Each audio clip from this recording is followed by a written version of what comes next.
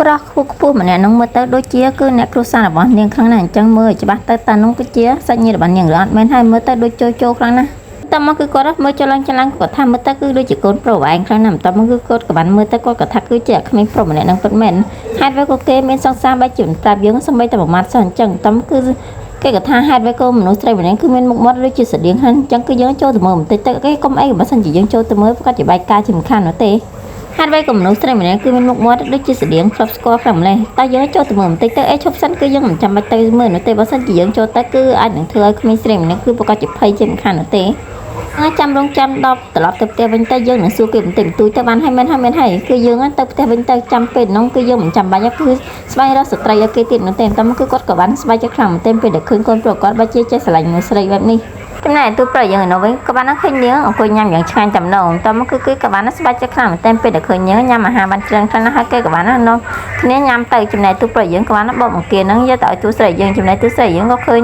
គេកំពុងតែបបបង្គាគាត់ថាទូប្រយើងប្រកាសជាញ៉ាំអាហារជាមិនខាននោះទេហើយនាងក៏បានខំប្រឹងញ៉ាំបន្តទៀតទៅពួកអាហារនៅក្នុងហាងនេះពិតជាឆ្ងាញ់ខ្លាំងហើយក៏ជាអាហារដែលថ្លៃទៀតផងគឺនាងមិនដែលញ៉ាំអាហារដែលថ្លៃបែបនេះមកពីមុននោះទេហើយទូប្រយើងក៏បានបបបង្គាឲ្យនាងទៅហើយនាងក៏បានឃើញទូប្រយើងធ្វើល្អដល់នាងបែបនេះហើយគឺនាងសប្បាយចិត្តខ្លាំងមែនទែន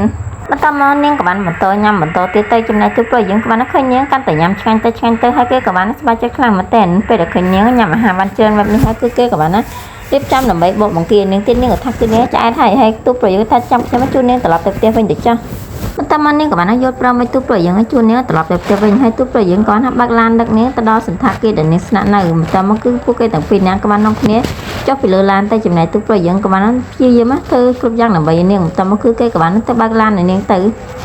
បន្តមកទូប្រយើងក៏បានបើកទ្វារឡានឲ្យនាងហើយនាងក៏បានចេញពីលើឡានទៅចំណែកទូស្រីយើងក៏បានចុះម្ដងហើយនាងក៏បានថាលោកពូគឺថ្ងៃនេះគឺខ្ញុំអរគុណលោកច្រើនហើយដែលលោកក៏បានបើកអាហាររបស់ខ្ញុំហើយរឿងសម្លេងបំពេរបស់លោកទៀតផងអញ្ចឹងគឺចាំពេលណាដែលស្ងួតគឺខ្ញុំប្រកាសជាយកទៅឲ្យលោកវិញជាមិនខាននោះទេ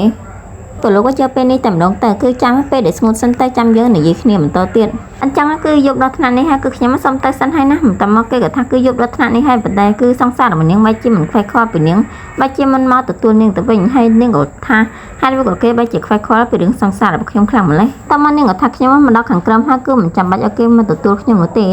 មើលទៅគេគឺជាមនុស្សប្រុសដែលល្អដល់ថ្នាក់ណាទៅហើយវាក៏នាងបែរជាការពារគេគ្រប់ពេលវេលាតើគេគឺជាមនុស្សប្រុសប្រភេទណាទៅបន្តមកនាងក៏បានថារឿងនេះដូចជារឿងផ្ទាល់ខ្លួនរបស់ខ្ញុំណាគឺលោកមិនចាំបាច់មករវល់នោះទេ